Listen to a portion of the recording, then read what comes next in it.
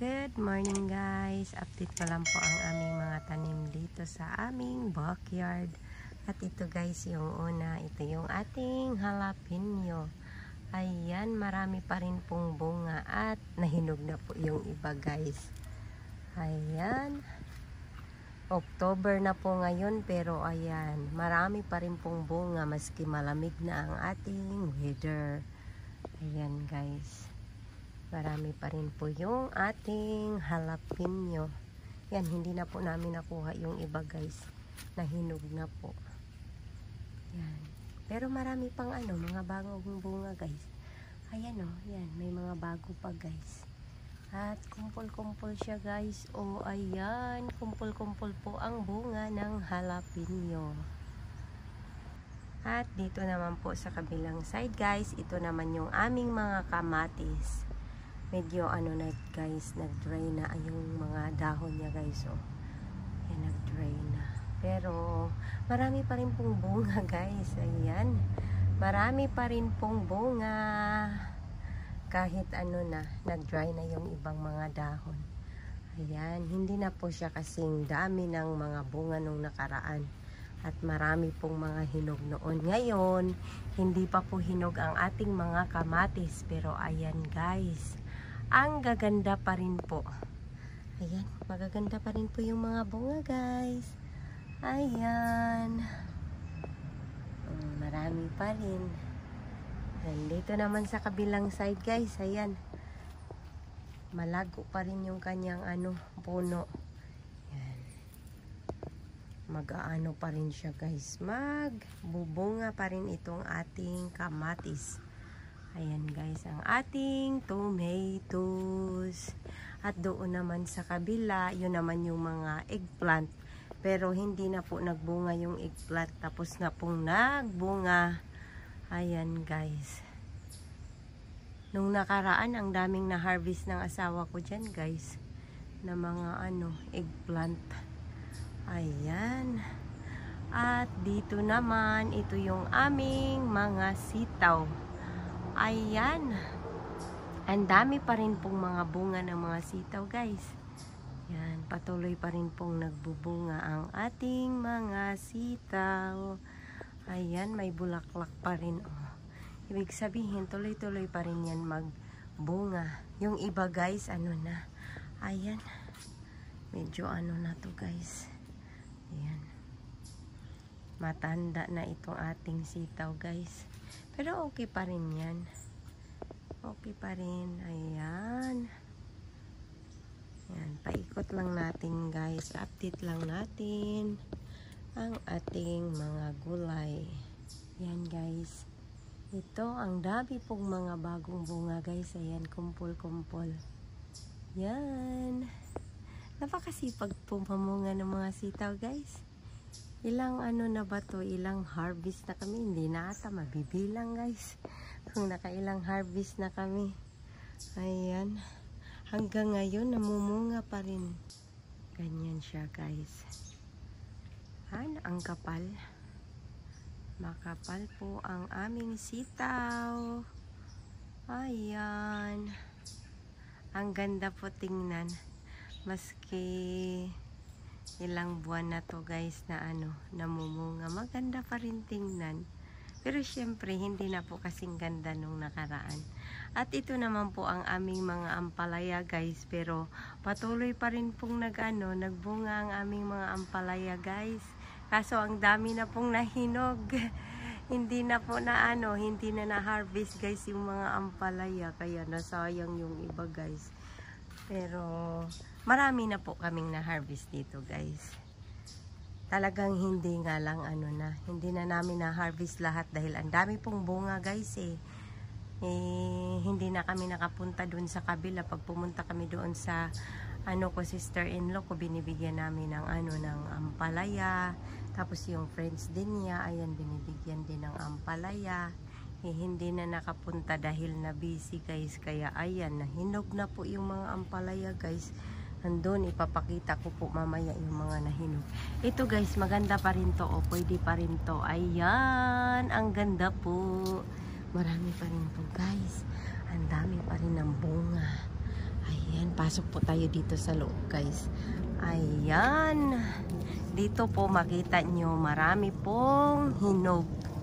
Ayan guys, ang daming bunga. Ito naman hindi pa siya hinog. Pero ayun guys, oh, wala na, nahinog na yun guys. Hinog na. Ayan ito guys, wala na.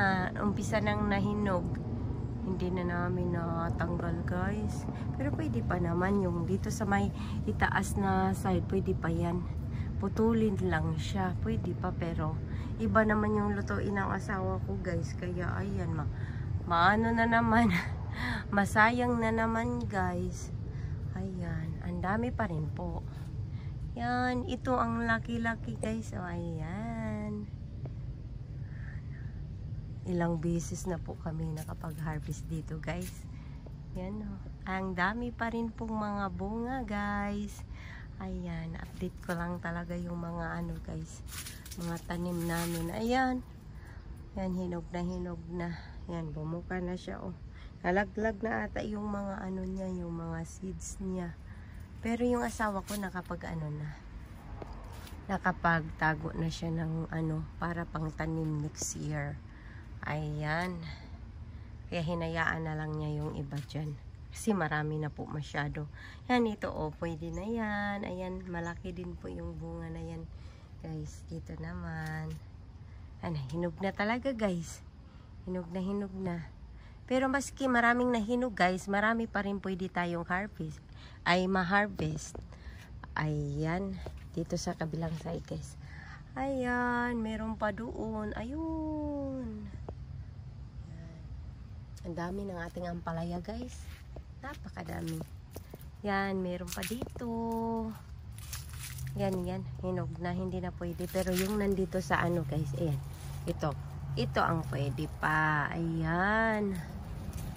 Yan, bigay na lang natin. Magtanggal pala ako mamaya guys. Magtanggal ako kasi nga, ano, dalhin ko doon sa aking sister-in-law. Ayan. Ayan guys, oh. Ang dami pa rin pang bunga. Ito. Ito talagang malaki siya guys. Malaki ito guys. Natutuwa nga ako nung binigyan ko yung aking sister-in-law. Tapos yung malaki yung binigay namin, sabi niya, ay, talaga bang ganito yung ano? First time daw niya guys makakita ng ampalaya na ang laki-laki.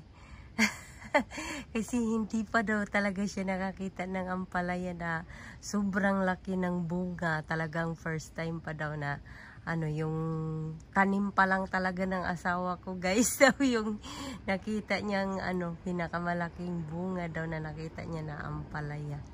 Ayan guys.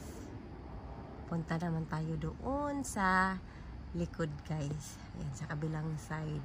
Pakita ko yung iba pang mga sitaw at mga gabi doon. At ito na yung dito sa kabilang side guys. Ayan.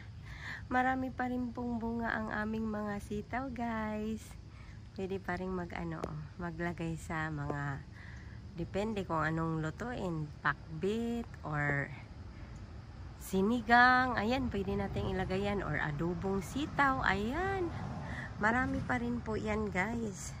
Naka-ano pa nga yung iba nakasiksik pa lang doon sa pinaka-ano niya, pinakapuno. Kaya kailangan pong halongkating talaga para lang makita yung lahat ng bunga guys. Ayan, ang dami pa rin po, pero marami na rin pong tumanda na mga bunga guys.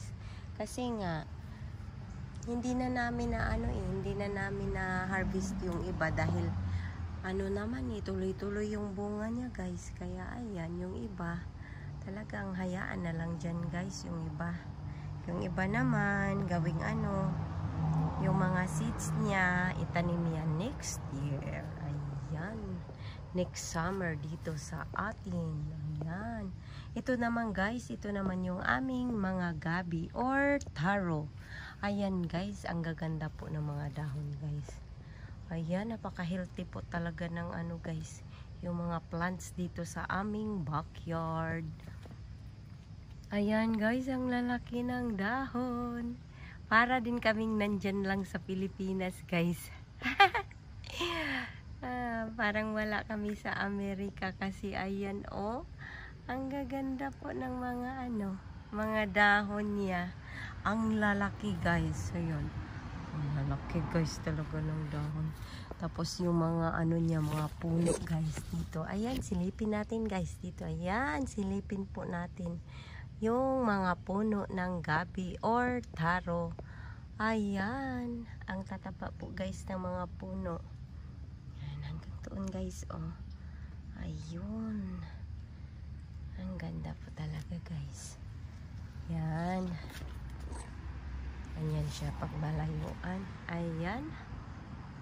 Ayan, napakaganda guys. At ayun na guys, update ko lang ang aming mga plants dito sa aming backyard. At thank you for watching. And see you again for my next videos. Bye-bye!